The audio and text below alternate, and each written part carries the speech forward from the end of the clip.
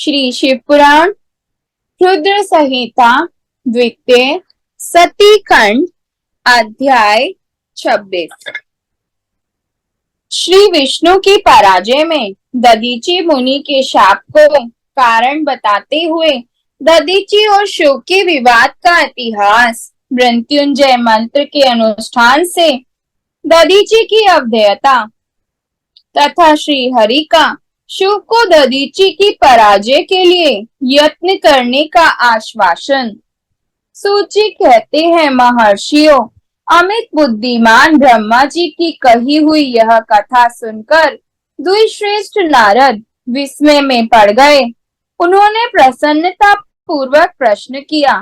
नारद जी ने पूछा, पिताजी, भगवान विष्णु शिव जी को छोड़कर अन्य देवताओं के साथ दक्ष के यज्ञ में क्यों चले गए, जिसके कारण वहां उनका तिरस्कार हुआ?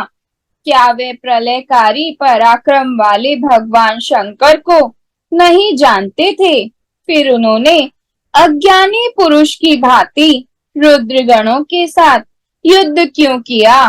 करुणानिधे, मेरे मन में यह बहुत बड़ा संदेह है। आप कृपा करके मेरे इस संशय को नष्ट कर दीजिए और प्रभु, मन में उत्साह पैदा करने वाले शिव चरित को कहिए।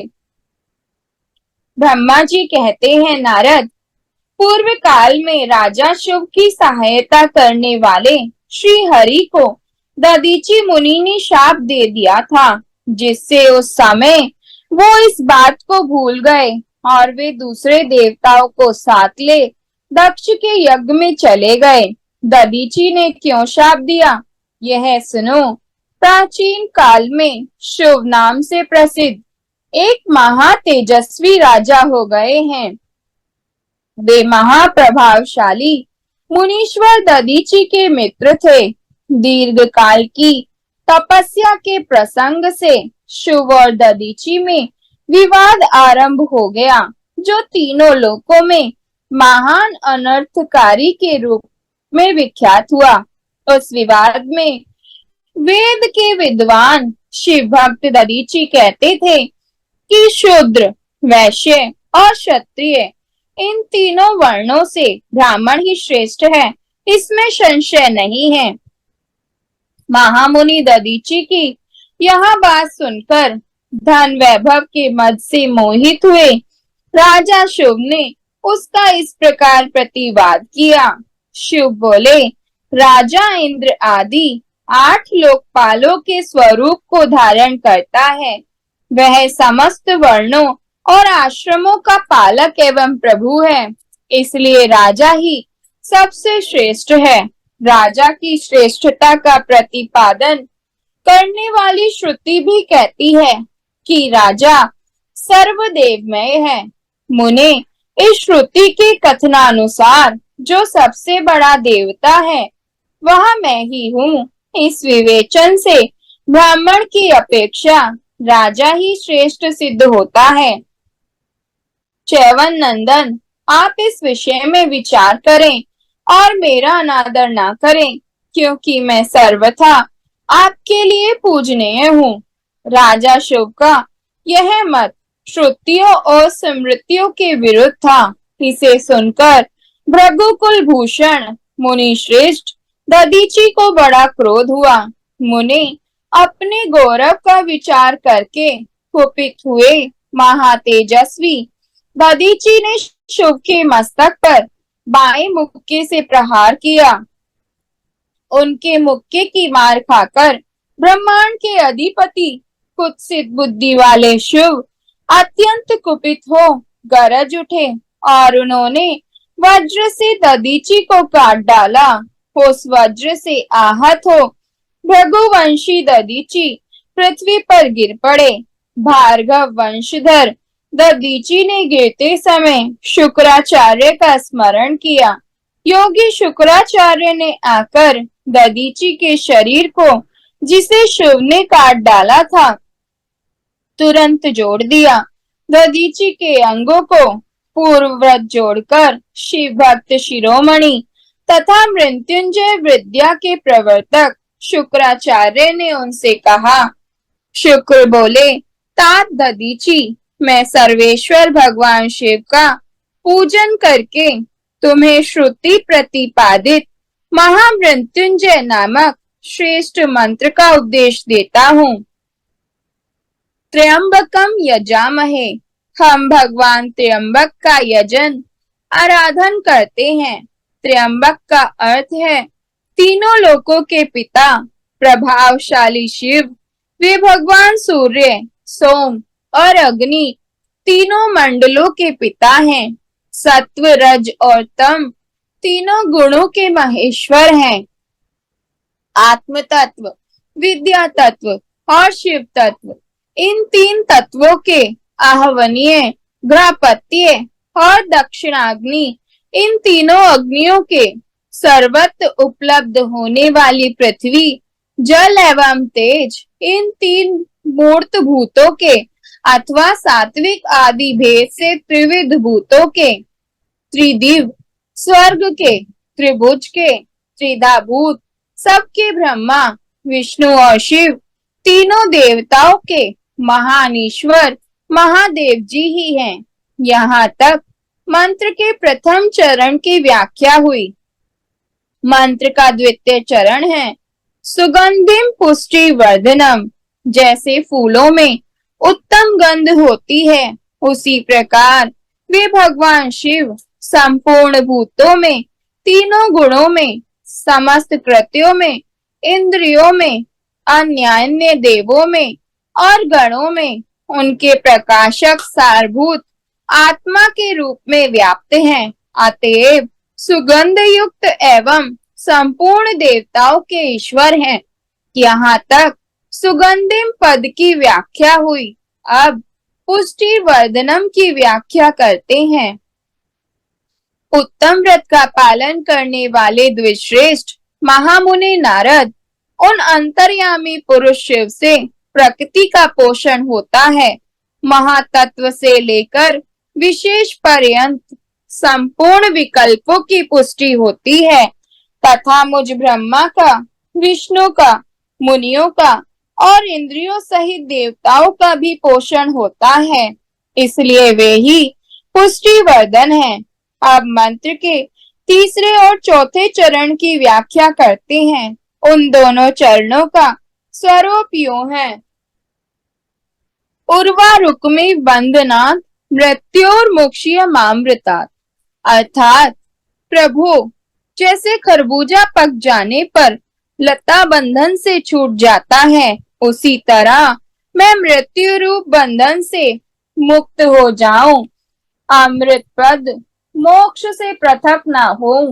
वे रुद्रदेव अमृत स्वरूप हैं, जो पुण्य कर्म से, तपस्या से, स्वाध्याय से, योग से अथवा ध्यान से उनकी आराधना करता है, उसे नूतन जीवन प्राप्त होता है। इस सत्य के प्रभाव से भगवान शिव स्वयं ही अपने भक्त को मृत्यु के सूक्ष्म बंधन से मुक्त कर देते हैं, क्योंकि वे भगवान ही बंधन और मोक्ष देने वाले हैं। ठीक उसी तरह जैसे उर्वारुक अर्थात ककड़ी का पौधा अपने फल को स्वयं ही लता के बंधन में बांधे रखता है और पक जाने पर स्वयं ही उसे बंधन से मुक्त कर देता है। यह मृत संजीवनी मंत्र है, जो मेरे मत से सर्वोत्तम है। तुम प्रेम पूर्वक नियम से भगवान शिव का स्मरण करते हुए इस मंत्र का जप करो। जप और हवन के पश्चात इसी से अभिमंत्रित किए हुए जल को दिन और रात में पियो तथा शिव विग्रह के समीप बैठकर उन्हीं का ध्यान करते रहो। इससे कहीं भी मृत्यु का भय नहीं रहता। न्यास आदि सब कार्य करके विधिवत भगवान शिव की पूजा करो। यह सब करके शांत भाव से बैठकर भक्त वत्सल शंकर का ध्यान करना चाहिए। मैं भगवान शिव का ध्यान बता रहा हूँ, जिसके अनुसार उनका चिंतन करके मंत्र जप करना चाहिए। इस तरह निरंतर जप करने से बुद्धिमान पुरुष भगवान शिव के प्रभाव से उस मंत्र को सिद्ध कर लेता है।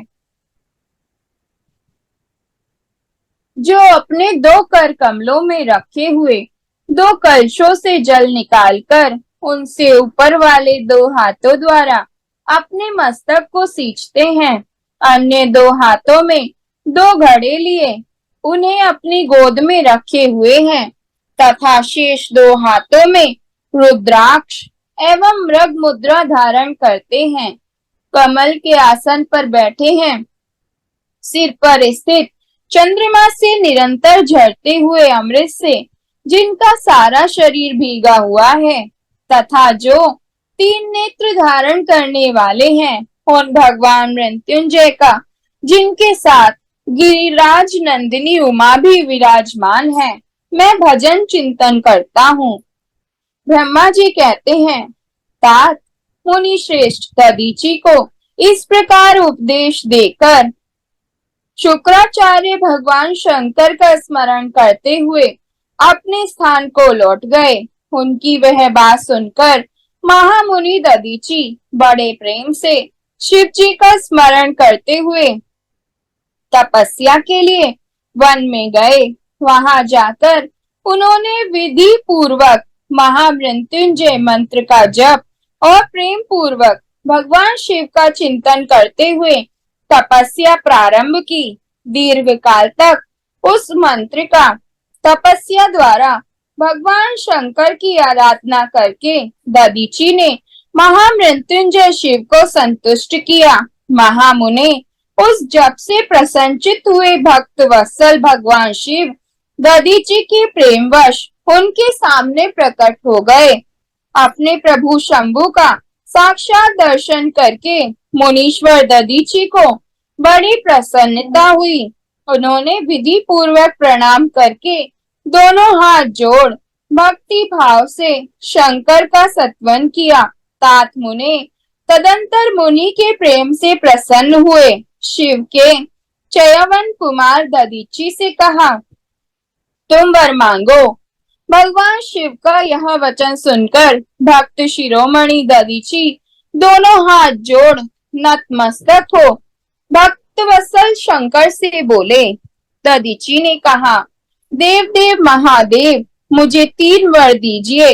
मेरी हड्डी वज्र हो जाए, कोई भी मेरा वध न कर सके और मैं सर्वत्र अधीन रहूं, कभी मुझ में दीनता न आए। दधीचि का यह वचन सुनकर प्रसन्न हुए शिव ने तथास्तु कहकर उन्हें वे तीनों वर दे दिए। शिव जी से 3 वर पाकर वेद मार्ग में प्रतिष्ठित महामुनि दधीचि आनंद मग्न हो गए और शीघ्र ही राजा शिव के स्थान में गए। महादेव जी से अवधेयता, वज्र में अस्थि और अधीनता पाकर दधीचि ने राजेंद्र शिव के मस्तक पर लात मारी। फिर तो राजा शिव ने भी क्रोध करके दधीचि पर वज्र से प्रहार किया। वे भगवान विष्णु के गौरव से अधिक गर्व में भरे हुए थे, परंतु शिव का चलाया हुआ वह वज्र परमेश्वर शिव के प्रभाव से महात्मा दधीचि का नाश न कर सका। इससे ब्रह्म कुमार शिव को बड़ा विस्मय हुआ। मुनीश्वर दधीचि की अवधेयता, अधीनता तथा व्रज से भी बढ़ चढ़कर प्रभाव देखकर ब्रह्म कुमार शिव के मन में बड़ा आश्चर्य हुआ। उन्होंने शीघ्र ही वन में जाकर इंद्र के छोटे भाई मुकुंद की आराधना आरंभ की। वे शरणागत पालक नरेश मृत्युंजय सेवक दधीचि से पराजित हो गए थे।